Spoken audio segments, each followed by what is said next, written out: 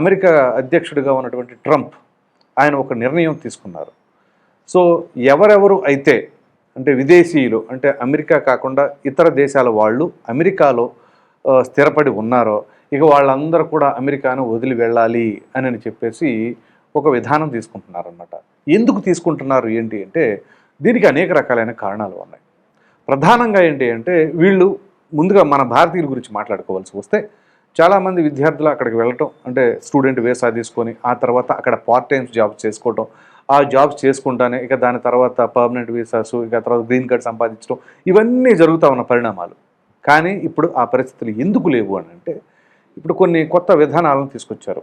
ఉదాహరణకి ఈ సెవిస్ అని ఒకటి తీసుకొచ్చారు, student and exchange visitor information system. అంటే ఒక విద్యార్థి ఉన్నారు అంటే వాళ్ళ యొక్క డేటా మొత్తం అందులో ఉంటుంది. సో ఇప్పుడు వాళ్ళందరికీ కూడా మెయిల్స్ ఇస్తున్నారు. ఆ మెయిల్స్లో ఉన్నది ఏంటి అంటే ఈ సెవిస్ అన్నమాట. సో వాళ్ళకి సంబంధించిన ఇన్ఫర్మేషన్ అంతా అంటే వాళ్ళ లీగల్ యాక్టివిటీస్ కావచ్చు, ఇల్లీగల్ యాక్టివిటీస్ కావచ్చు, అసలు వాళ్ళ కెరీర్ పరిస్థితి ఏంటి అక్కడ అనేది. సో ఈ ఈమెయిల్స్లో ఏమని ఉంటుంది అంటే మీరు త్వరగా అమెరికా వదిలి వెళ్ళిపోండి. అసలు ఎందుకు వెళ్ళిపోమంటున్నారు ఏంటి అనే అనుమానం మీకు ఖచ్చితంగా వస్తుంది కదా. సో ఎందుకు వెళ్ళిపోవాల్సి వస్తుంది, అసలు ఆ యొక్క సేవిస్లో అంటే ఆ మెయిల్లో ఉన్నదాని అర్థం ఏమిటి అని కనుక కొంచెం లోతుగా పరిశీలిస్తే వీరిలో ఎవరైనా కానీ ఇప్పుడు పాలస్తీనా ఇజ్రాయెల్ మధ్య యుద్ధం జరుగుతుంది.